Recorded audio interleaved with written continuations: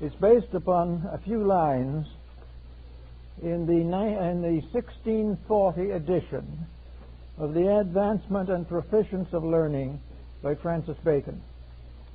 In this particular quotation, he tells us that we are dependent very heavily upon the passing of the lamp, the motion of the lamp from generation to generation, and that a group called the Sons of Sapience, or the Sons of Wisdom, are the custodians of the lamp.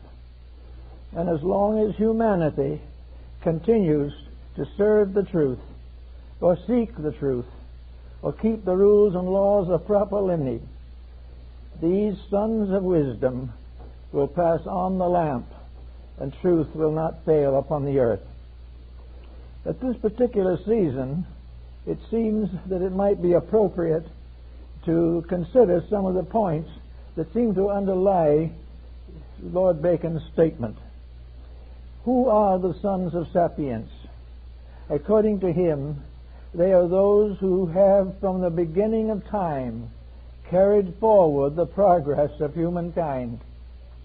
Therefore they belong to this mysterious order which never fails, never reveals itself, is never exposed, but continues quietly in the peace of its own inner life to perpetuate the virtues of humankind. Most people have never heard of such a person or persons as these Sons of Sapience. But they bring into focus a very interesting problem, namely that the individual has two biographies. Each of us, whether we realize it or not, has two stories of himself. The first of these stories is the one that begins with birth in this world, or perhaps shortly before birth, and continues through the years of life to the end. And this is the little biography that most of us know about. If this biography happens to be important, it will go into the encyclopedia. It will go into the family records. It will be remembered by the children and the children's children. And fame will accompany this person through the years of his life and through the years that follow his passing on. This is the one line of living that we are acquainted with. It is this line of living that we try to perpetuate. We do everything possible to be at least a constructive member of the society in which we exist. We hope to have a certain fame. We hope to gain distinction. We even hope to gain wealth, which is one of the most perishable of all assets. But we are also very much aware of ourselves in this little span of time. We have very little concept or idea or thought about anything outside of that.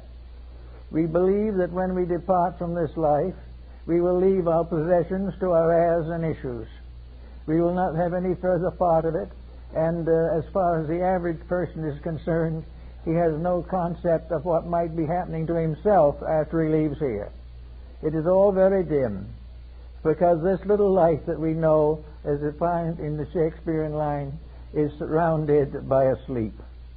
We all go to some rest we know not where. We go to a mysterious future. Socrates refers to it also. He said that when he left here, he would either go to a better life than he had ever known, or he would cease and would have no further existence in time or eternity. So this is the way we live. We live within a philosophy of life that is bounded by birth and death.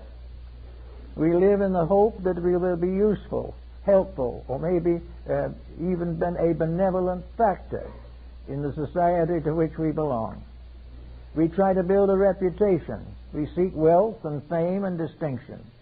We search for advancement in place, as Lord Bacon calls it, that we shall join those who are famous. A great physician we shall become, or a great legislator, or probably a great financier, or we will own vast properties, and for these distinctions we have a certain local celebrity. But what happens? When we lay down the body, these all fade out. Someone else has everything that was once ours. And while we leave these things to our issues, or to some philanthropy, or to some noble cause, we leave all behind and go forth into the unknown with no possession, no added physical addition to our lives. We have only one hope, that there is something within us that survives this transition. And even if it does, it can only take what we are. It cannot take anything that we have or which we have accumulated in this life. Now, against this one biography, there is another, a second biography that we very seldom think of, a biography that would imply that each one of us has an existence in eternity as well as in time.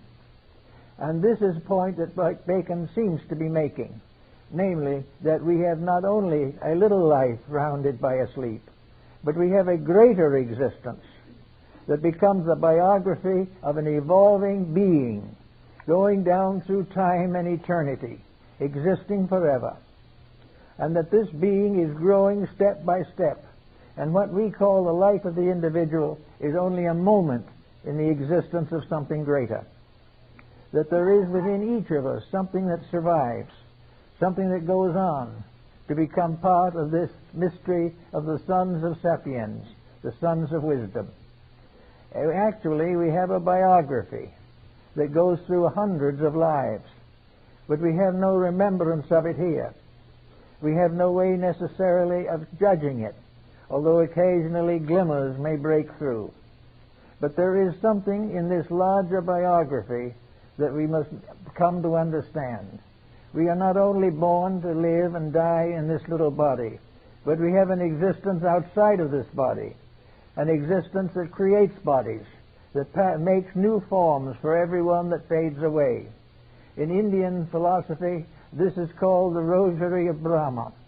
It is many, many beads strung on a single cord. And this single cord is life. And these beads are the embodiments that go on to form a marvelous jewel in the diadem or in the great admittance of the royal or divine order of things. We have, therefore, to consider a little bit of what happens when we approach life from the standpoint of this larger existence. That this existence is just as much our biography as the little one that we live in day by day. That we come into this world not new, but old. We come out again at the end not old, but forever new. Everything goes and grows, and every human being has a life measured in time and a life measured in eternity. It is the realization of this that becomes one of the great parts of our knowledge, the carrying on of the realization that we were the past, that we are the present, and we must be the future. We cannot say the past is dead, because nothing is gone but shadows. The realities of the past still live, just as they always have. And the past lives in each of us. It lives in our attitudes, our temperaments, our beliefs, our convictions. We belong to the ages. We belong to the Stone Age. And if we look around us in society today, we will find that there are some who are still in the Stone Age, some in the Bronze Age, some in the age of gold or silver, and some in the mysterious age of space that still lies before most of us. We are all of us part of a great growth, and this growth is marked in our blood, in our veins, in our nerves, in our arteries. We bring from the past all that we were, and we will pass on to the future all that we are. All these things are part of one story of life, a story which, if we understand it better, may inspire us to live it better. We can always hope that the more we understand, the more rapidly we can grow and become part of this great plan of things.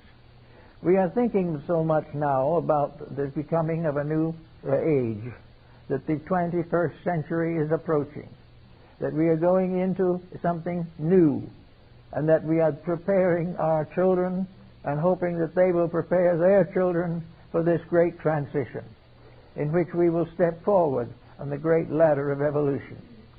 But let us not forget that we are also going to be there when it happens. Whether we're alive in this world or not, we will be alive in the next century. We will find new vestments, new bodies, to take on the various attitudes we have developed here. If we have been selfish here and never grown better, then we will be selfish then. We will have all the same attitudes that we have today. And as we change these attitudes and outgrow them, we move forward into a better future. The better future is merely a new time in which to grow, and that growth must go on forever. Now the problem comes in, what do we mean when we say growth must go on forever? Do we have no rest? Have we no place of peace? But we continually grow forever and ever? Yes, I think probably we do. But as we grow wiser, growth is no longer painful.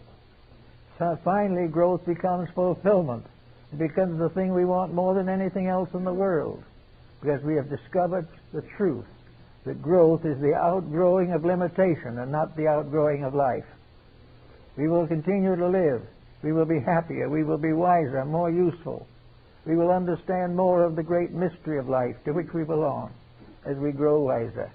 Therefore, to go on forever means to grow forever. And in the last analysis, the greatest of all happiness in life is to grow.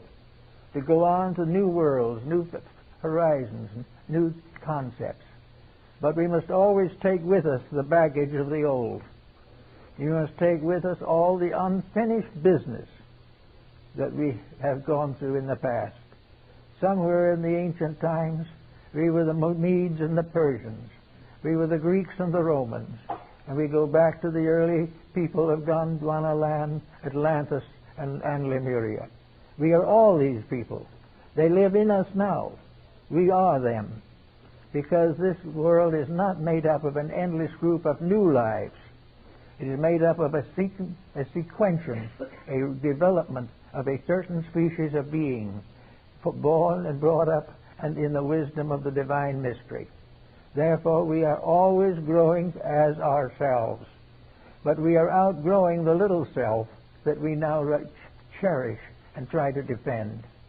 We are outgrowing the small beginnings to something larger. We are growing forever like the chambered nautilus. We are forever fulfilling. And in fulfillment comes the final happiness and the final wisdom to go on to the divine work which we were intended to do. Somewhere in the fields of space, we must sow and reap. Somewhere in the eternity of things, we must come closer and closer to the divine principle. And in coming closer to that, we become closer to the hearts and souls of those who need us. And we become, in truth, the sons of wisdom, the sons of sapience, who become the brothers, the custodians, the friends, and the protectors of other lives that are coming up around us. The lives of other creatures, the lives of other kingdoms. They're all somewhere and sometime. And we will all, in fullness of life and fullness of realization, fulfill the purpose for which we were originally fashioned. So with this realization working in us, there comes to us an idea of Bacon's concept of the two biographies. The biography of the individual in this life and the realization that this biography is an instant, one page in a great document that goes on as it has always gone on, from the beginnings and from the ends of things. Now this brings us another important situation to measure. We as we are today are not just people born now. We are not here to gain everything from our ancestry or to become the utter victims of our environment. We are our environment. We have created it. It is the rung of the ladder where we now stand. It is the place which we have reached. And within each of us is all of our past. And within each of us is the realization of the need for all of our future. We are therefore living constantly in a growth that is being nurtured from our ancient experiences and which is being moved forward to the future that is still unborn. We also have to realize that in this mysterious procedure, we have within ourselves a vast amount of knowledge, a tremendous group of facts, which perhaps when they occurred were not understandable. We're having the same thing today. We are in the midst of an emergency of nations. We are in the midst of a critical situation arising from the misunderstandings and misapplications of the principles of life. Therefore, we have to realize that within ourselves are locked all of the experiences that have gone before. Everything that has ever happened to us is there somewhere. We do not have a conscious memory of it, but we have a mind of it outside of body. And these wisdoms that we have learned, these lessons that still remain unlearned, are all part of the assets and liabilities of unfolding and evolving human life. So we have this now to go into the part that we have in the past. What are we bringing forward? Are we bringing forward the wonders of the arts and sciences of antiquity? Are we the wonders of Egypt, the wonders of India, the wonders of China? What have we brought forward with us, locked in us? Well, we have brought exactly what we earned. We have passed through certain experiences, and we carry forward our own reactions to these experiences. When we were Chinese, we were good Chinese, medium Chinese, and bad Chinese. And the medium and the badness does not mean that that is peculiar to China. A bad disposition can cut through all race and all time and remain until it is corrected. So we have all kinds of unlearned lessons, partly learned ones, and lessons that we have not even met yet. There are things we must do that we never heard of. There are things we have done we would like to forget. It is all part of this path. It is a wonderful plan for one mystery of alchemy, namely that no living thing that comes into existence can ever fail. It may fail by the day, but by the age it succeeds. It may not make this particular adjustment in a certain life or in a dozen lives, but in 1,000 lives it will arrive. All these things mean that we are building something, and that our little life here is not something that ends with a marble stone in the cemetery. It does not mean that our reputation will be carried by our descendants, and we will be judged good or bad according to public mind. All of the things that happen are part of a plan. Every mistake is as valuable as every virtue. The only problem is that we must keep on building the virtues and keep on correcting the mistakes. If we do this, the whole purpose of life develops. And we suddenly live in a vast unity of life. We live in a magnificence inconceivable. Now, some will say, as some of the scientists have said, that all this sounds very unreasonable for the sake of the fact that we have no evidence of some of these things. But then ask ourselves, what evidence do we have that there is any particular reason for living at all? If we are living on a planet that is gradually going to disintegrate, and we are part of that planet, we will disintegrate with it. Certainly this is not an example of divine economy. It is a waste of everything. Also, it may be said of some of these problems that they are unsolvable, or that we must wait until they solve themselves, or we must elect proper leadership to make these corrections for us. We've tried that. It's not been an eminent success up to the present time. But we know that in this little bottle, which we call the planet, we live and move and have our beings. There is no evidence that we're going to move to another star. There's no evidence that a planet somewhere is being upholstered to receive us gently.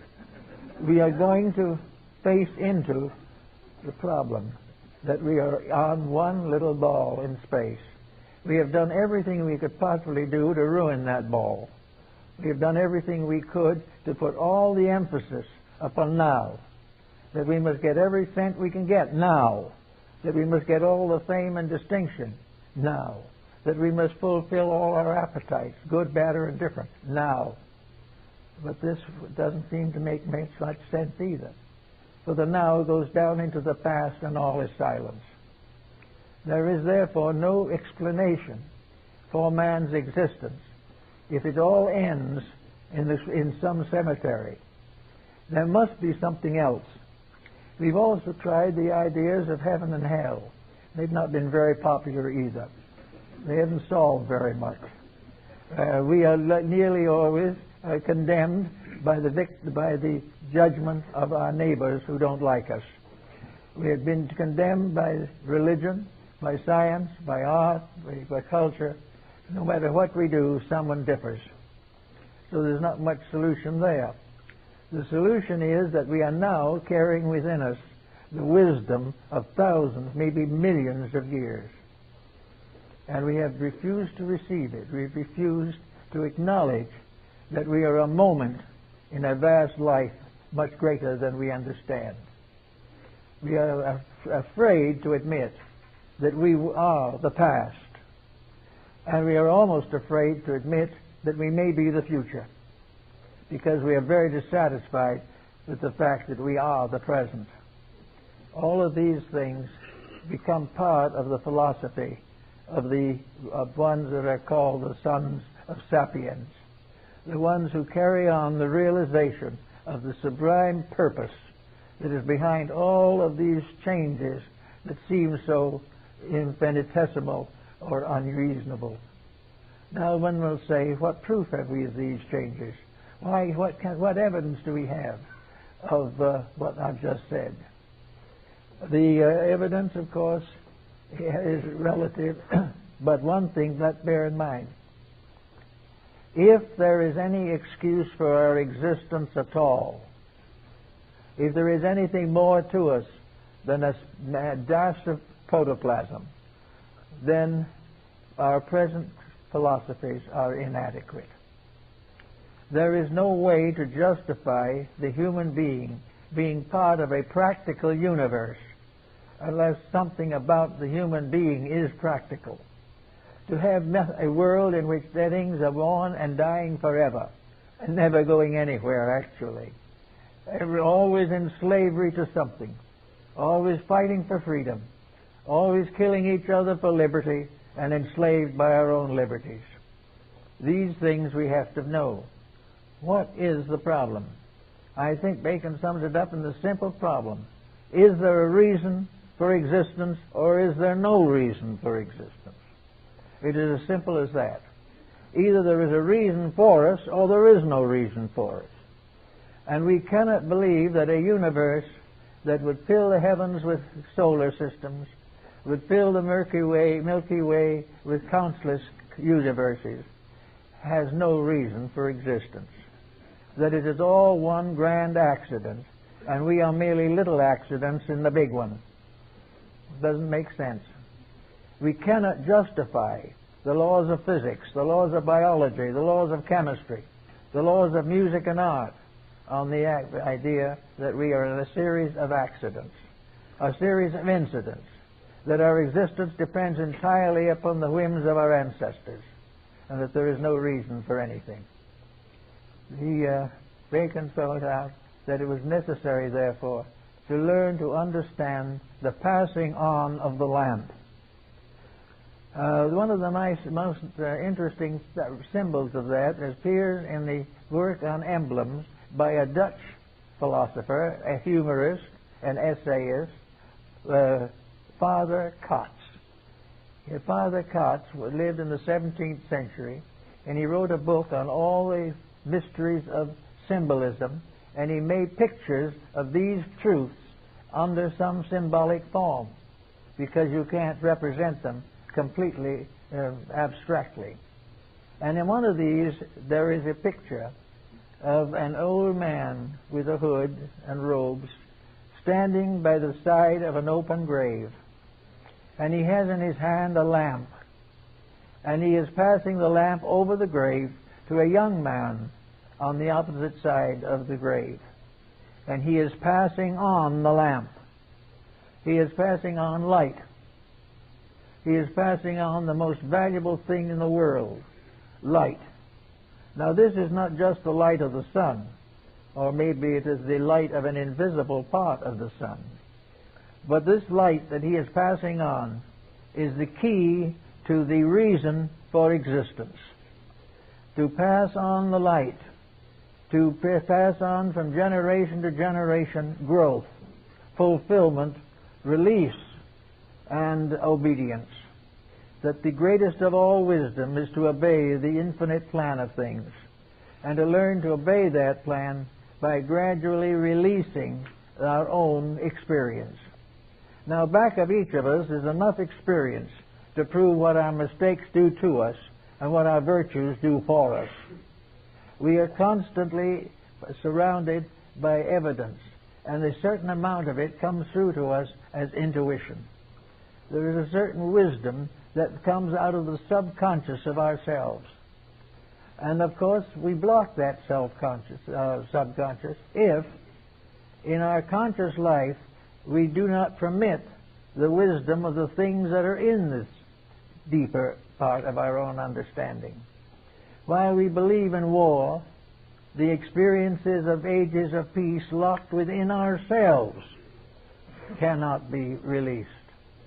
We know we can't release ourselves from war by literal history.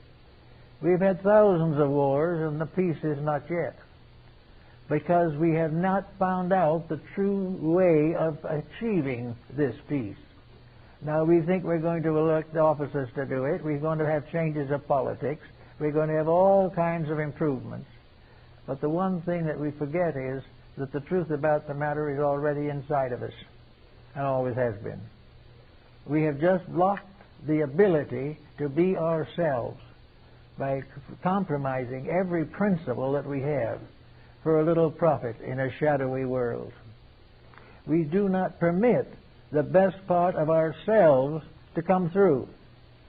We cannot understand or accept that there is nothing but one family, that we are all brothers and sisters, that we are all part of one vast family working through space for a destiny which is locked in the will and wisdom of deity. So we have to begin to understand these things. But the moment we have a reverse, the moment a relative is no longer a friend, we lose faith in the universal brotherhood. These things are just simply part of our own inability to rise above the commonplace reactions which we have set up as standard. He didn't treat me well, so I'll treat him badly. This seems to be the idea of universal justice. That both might treat each other good has not been given much consideration. It's not believed, because we do not live that way. But in every one of us is locked the brotherhood of man, the fatherhood of God, and the future of the world. We have to find these things. And if we do not find them, then we will fail to make the adjustments that are necessary. We know now exactly what the 21st, 22nd, 23rd, and on centuries are and should be. We know exactly what is necessary, but we do not know that we know. And we have gradually come to trust all of our fate upon the thing that has no substance at all, and that is what we might call environmental circumstances. We are trusting upon the mistakes of each other, hoping to grow by maintaining certain mistakes that seem pleasant at the moment. But it's not going to work that way. There is already a reality. Man has never been left in this world without a teacher, or without a proper key to his own future. The individual has locked within himself the integrity that he cannot find in society around him. He is capable of making the decisions that are necessary for his own growth. And each human being has a little different growth to face and a little different decision to make. But he doesn't need to have someone tell him what it is. It is in himself, if he will allow that which is the wisdom of the inner self to take dominance over the ignorance of the outer self. This transmission must be made by the person himself. And he is given every opportunity to make it. We have not a day go by except we realize the danger of narcotic addiction, the dangers of alcoholism, the dangers of cancer, and all the other problems, and all the social, economic, and political problems of mankind. We know them, we live with them every day, and in our souls and hearts we know the answer. But we are locked in an environment in which we have given the exterior complete power over the interior. We live only to prove that we are alive today. How we live, what we think, what we do, is no time for consideration.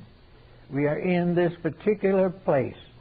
We are surrounded by our debts and our liabilities. We are constantly agitated by the fears of war, poverty, disease. And being locked within this little cocoon, so to say, this little prison cell, we come to one of the emblems of one of the great emblem masters. It shows a human skeleton seated in a rather jaunty posture. That's now.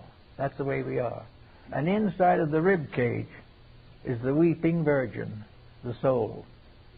The soul locked in the rib cage of bones, locked in a physical body which imprisons it because it refuses to accept a life outside of it.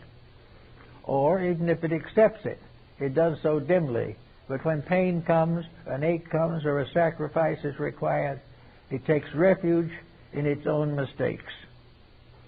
This is the mystery, probably, of the brotherhood of sapiens. Now, from the beginning, and we find this in all the religions and teachings of mankind, there have been certain persons. Who they are, what they are, we may never know. But from the beginning, we were given instructors. When we were little children in the great history of the world, we had parents who taught us. Later, we had schoolmate people to teach us. And little by little, we have developed from them the great systems of learning, which have their foundations in integrity. These have descended to us mostly through the great philosophies and religions of mankind. They come not only in religion and in philosophy, but they are subject to the adulteration of themselves because they have to pass through this consciousness that is locked in materiality. Therefore, our religions become fanatical. Our philosophies become materialistic. The great dreams that we have are lowered until finally all we can really think about is one step forward in our own industrial accomplishment. But the brotherhood of the sapiens, those who have lived and those who have wisdom, has come down to us. There isn't a single problem that we face today that we have not faced before. There is not one of these problems that we did not answer reasonably well. And there is not one of these problems in which the answers have not faded away because the individual becomes locked more and more in the immediacy of fame and fortune. As soon as it becomes a problem of sacrificing a mistake in honor or in credit of something better, we hesitate. The mistake is perhaps to cling to the sins we have. This is not a very solutional situation. We can try everything but a cure, and then nothing will work but the cure, and we are afraid to try that. So out of it all comes a series of dependencies, a series of compromises, and we are now heading into a compromise for the new century. Lots of folks now are deeply concerned in the building of the 21st century. We hope tremendously that we're going to solve problems. We hope desperately that we're going to get through to that new century without another war, without further bloodshed, and without further tragedy. And yet every day as we read what happens to nations, we are also reading of what happens inside of the skin of each individual. The selfishness, the abandonment of integrities that is now cursing the world is also cursing us because we are the source of it. It isn't the heavens that made selfishness, it is man. It isn't the heavens that give peace, it is man. It is the people and creatures that we have fashioned. that must carry on the work that still remains to be done. So in this particular type of thinking, we already have the answer. Nature is giving us a little nudging now and then. Nature is very wise because nature has a little remedy when we don't behave ourselves. When we get too far out of line or get too arrogant or self-centered or ambitious, we set up in society a pattern that destroys us or makes us so miserable we can't live with it anymore.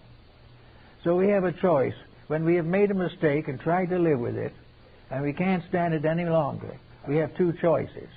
To continue to try and live with it till it destroys us, or change it and survive. If we do not solve a problem, it will curse us till we do.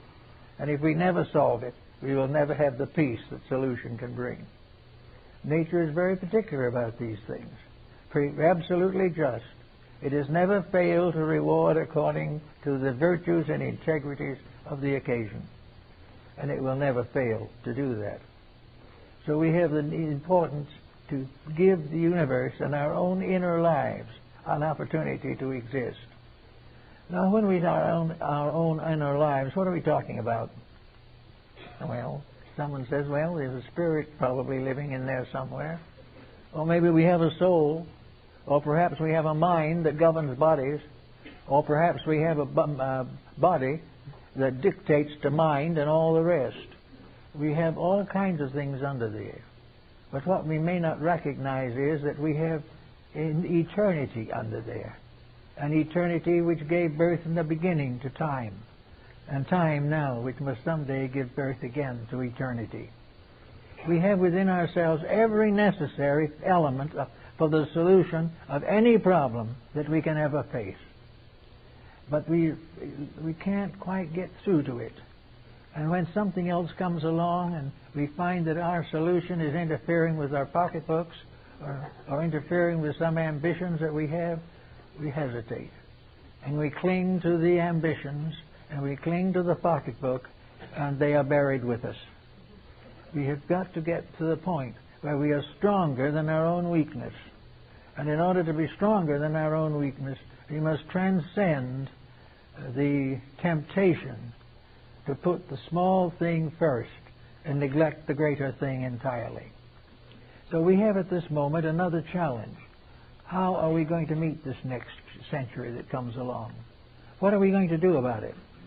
Are we going to move in there with exactly the same things we have now?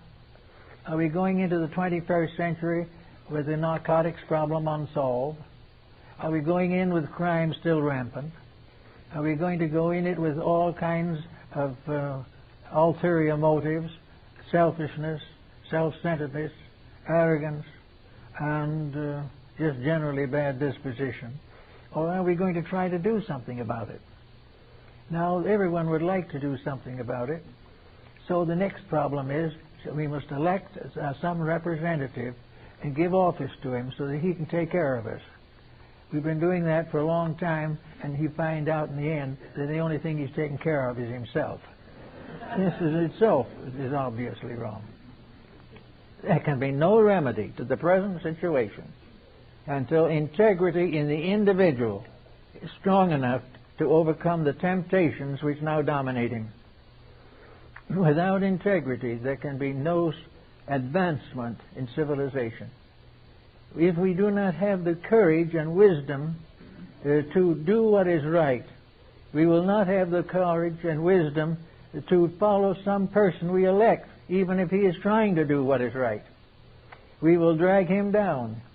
He will not lift us up. We've got to support the things that we believe to be true. We've got to gradually, quietly work out our own adjustment to life. It will be a little different for each of us.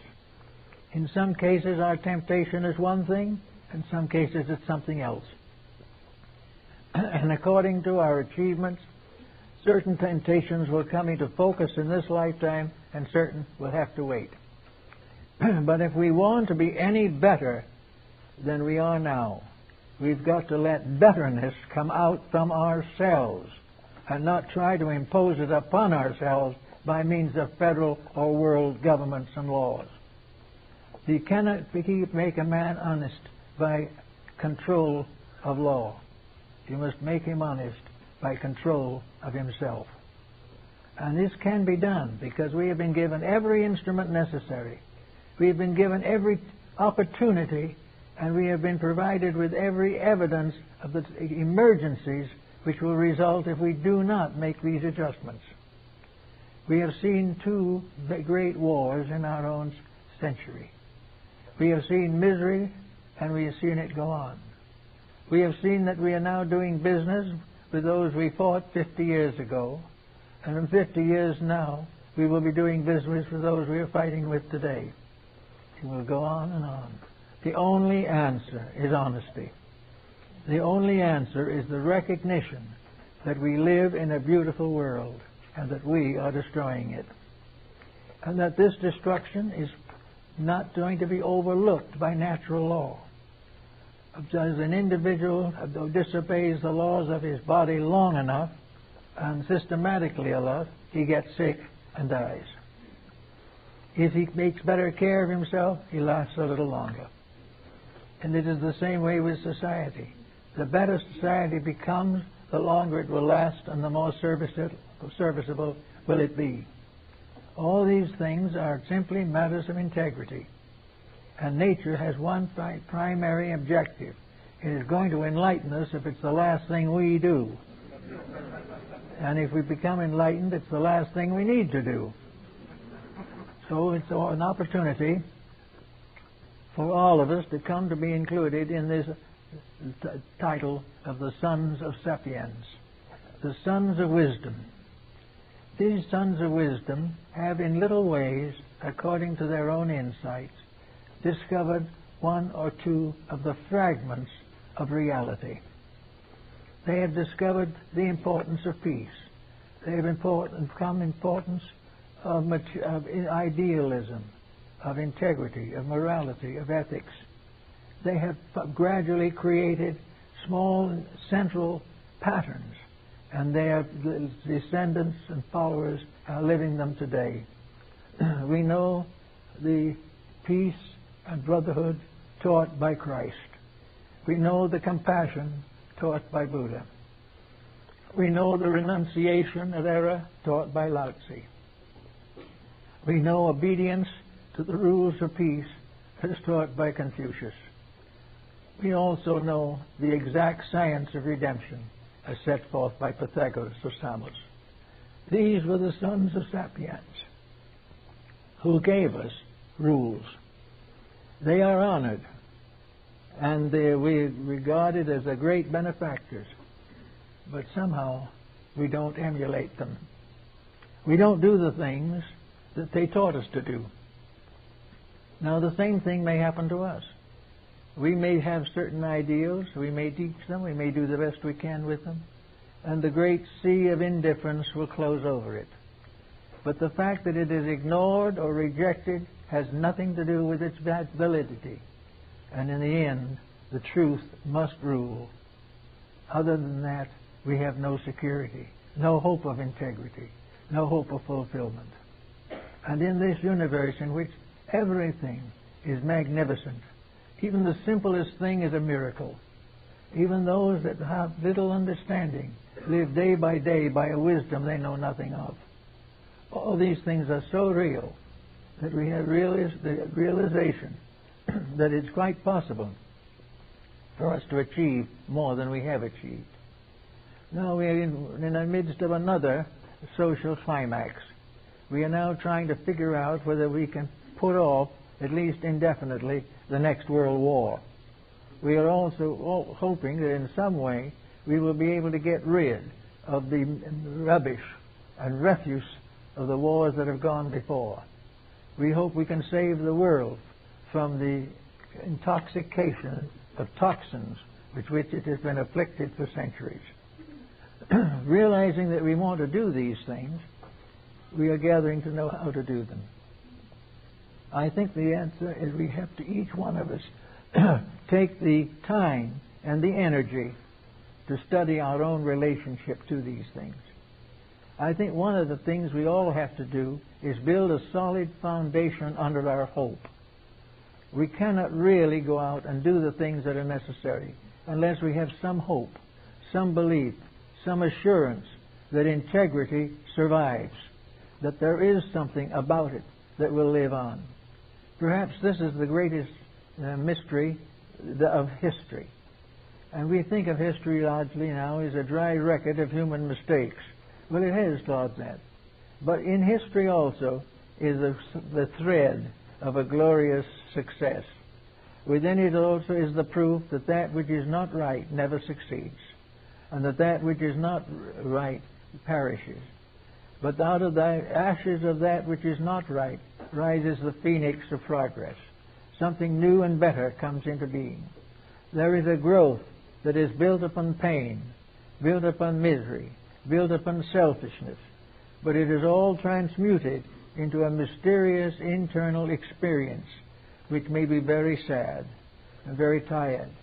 It is the only way we have been willing to accept the growth that is our proper heritage. So we have to work day by day to build into our society, into our own personal lives, the basic principles that we believe.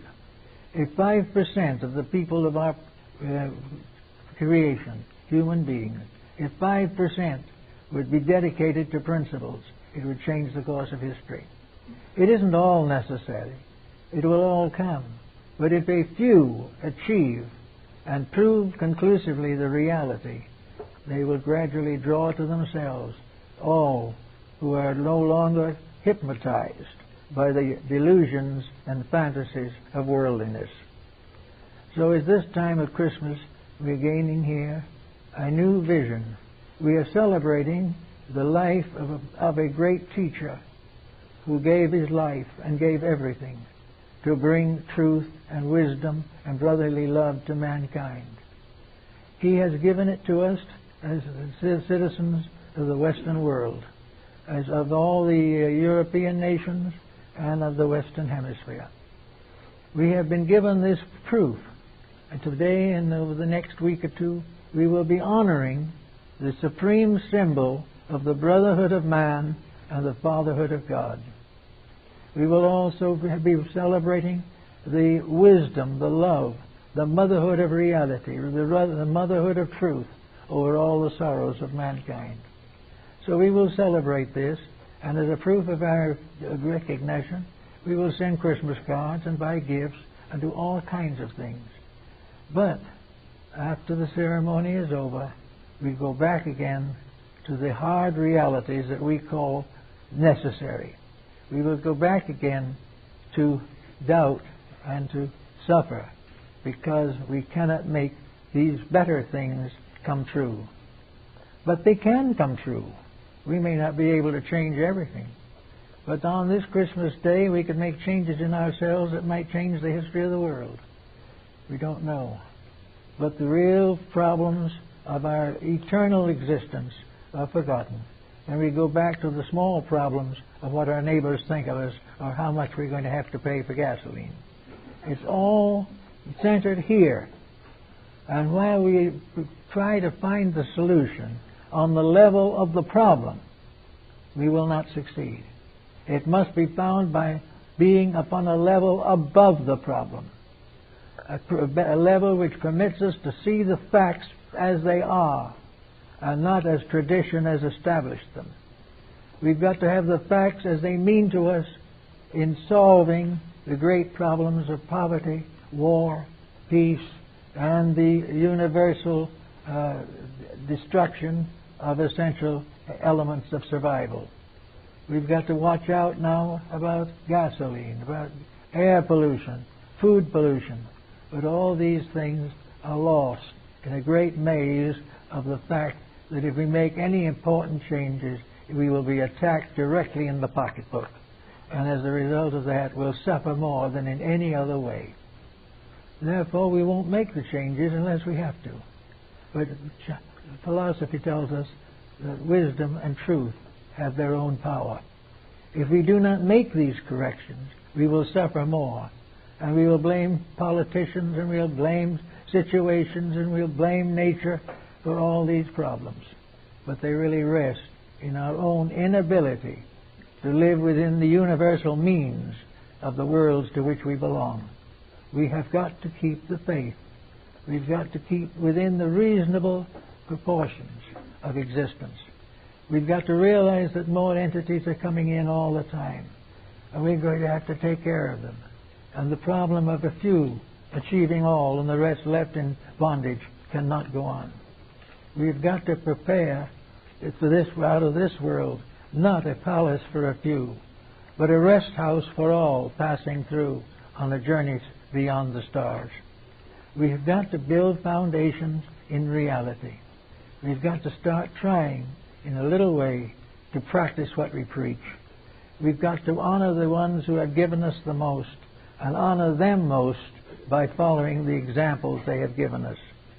We have all the need we need for Christmas this year. The examples of a great dedication and the immediate answer to a great need. There is nothing that is being celebrated on this Christmas that isn't part of a growth that we must all make. Here is the opportunity to end forever the griefs and the feuds. Here's the time to speak of the relatives we haven't talked to in 20 years. Here is the time to forgive the shortcomings of our neighbors and hope that they will forgive ours. The time of the great material success in which we sacrifice all to save face is gone. We've got to save the reality. And the reality is we are one creation on one planet in one solar system. And we've got to learn to live and like it. We've got to live to grow, to prove that one solar system is big enough to take care of the growth of 10 times the number of beings that we have on Earth today. We can take care of many, many times if we take care of them in the spirit of truth. We cannot take care of them by making slaves of them or by various political chicaneries. We can, however, take them all and make a world of peace by doing it right. More in his Utopia was one of the sons of Sapiens, and Bacon acknowledges this in one of his writings. But in More's Utopia, there was no problem such as we know it today. And this is a very interesting problem. More's Utopia was a large country, as large as France. It wasn't a little island somewhere. It was a country in which people had outgrown selfishness, that they had discovered that for that little moment of victory over their neighbor, they had paid by watching their worlds fall apart. And that out of the unselfishness and dedication of these people to the common good comes a peace that is not broken, and a security that takes the worries and sorrows out of life. Now they'll say, well, there's not any room there for competition. And the nature says quietly, what is competition? It is nothing but a misstatement. It is a mistake. Competition is the effort to perpetuate selfishness forever. And you can't do it. Because ultimately, if you do not control and redeem selfishness, it will destroy you. So if we do not want to be destroyed by our weaknesses, we must achieve survival by our strength. We must find within ourselves the strength, the wisdom, and the integrity to live according to the law. And if we do, we will suddenly find that we live in a universe of infinite love, that everything that has been done is for our own good, that everything is being done as a careful parent tries to take care of a child, and the child resulting in being frustrated goes out on its own like the prodigal son to have its own way, but must finally come back to the realization that there are truths that cannot be broken, and until we keep them, there will be no peace.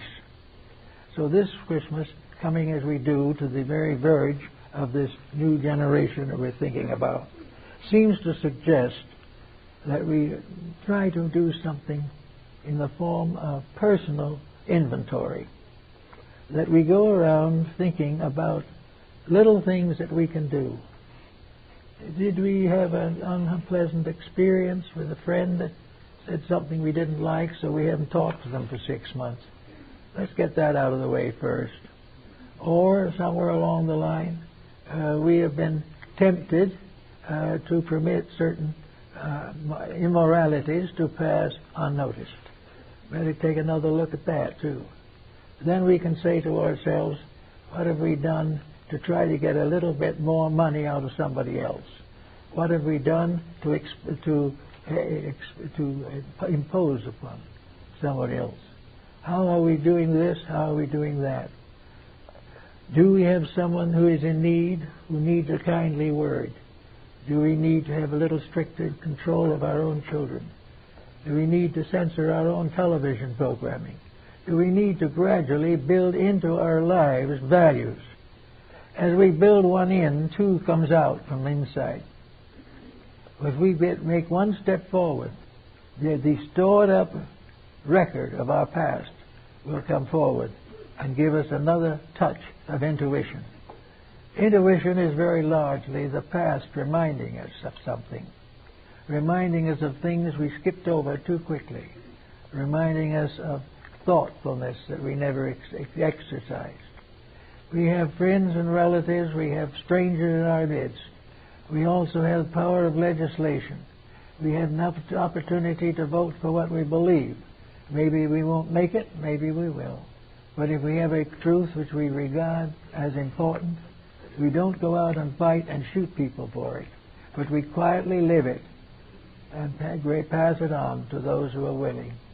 And as we pass one idea or one ideal on to another person, we pass the will of heaven. We pass the lamp across the open grave of materialism and pass it to a new generation. But we pass on the light, not the darkness. We pass on our achievements and not our vices. We pass on the progress and not our mistakes. And when the time comes to start the new century, we ought to be able to pass the lamp of our inner realization of what is right, and make that the great gift that we can make to the future. And each one of us, as we live through the span of our material existence, can share with those whom we love and who love us the wisdom and integrities that have come to us. We can forget all the griefs and grievances and remember the services that we have received, the love that has been given to us when we didn't even appreciate it, the sacrifices that were made for us and we have not even acknowledged. All along, we can gradually transform the uncertainties of ignorance into the certainties of truth. And in doing this, we pass on the lamp. We pass on the example of that which is right. And then you never know where that light is going to strike. And across the open grave of ages, the lamp still shines, for the great truths of life will never fail. But it is possible for each individual to reach out, to touch some part of it, and to take the lamp from someone whose hand is faltering. Though every century must have not only those who support its economics and its industries, but those who love and respect its virtues, that recognize the tremendous privilege of sharing life, sharing love, sharing friendship. And if we share the best we have, we will pretty soon have a world that looks quite differently. That is one of the beautiful things about Christmas. No matter how poor we are, we have something to give, because in the soul of ourselves there is always a wealth that we probably do not even realize. There is always the wealth of all that has gone before, the wealth of life after life, lived in every part of the world, in every level of society, always learning something better, always outgrowing the old and growing up to the new. This is a major emergency now. We've got to outgrow the old. We do not let it die. We do not curse it, because we know we needed it. We know that the mistakes that we have already made are the only hope that we have of doing it better in the future. If these mistakes had succeeded, all the laws of nature would have been frustrated. if for one moment vice has a victory over virtue, we are lost. But never in the history of the world has vice ever had a victory. It has merely been something that individuals took instead of the truth. And because of their taking that, they have died without the truth. So we all have something to look forward to. We have something that is locked within ourselves, perhaps for ages. All of the history of the world, the history of space, the hopes of generations long vanished. In our hearts and minds are the ruins of empire, but also in our hearts and minds are the hopes of eternity. So if we get together and do something about this, we will join those sons of sapience, of wisdom, and we will in due time pass the lamp of our learning to the next generation. It must be a lamp worthwhile. And that's a lamp that doesn't need petroleum. It doesn't need any element that is in short supply. It needs only a love and friendship, which have been in abundant supply for a long time, because no one has used them too much. There's plenty of them left. And with those thoughts, I want to wish you all a very Merry Christmas, a Happy New Year, and hope that each one of you will take the little lamp of truth in yourself, let it light your life, and pass it on to those who come after you. Merry Christmas.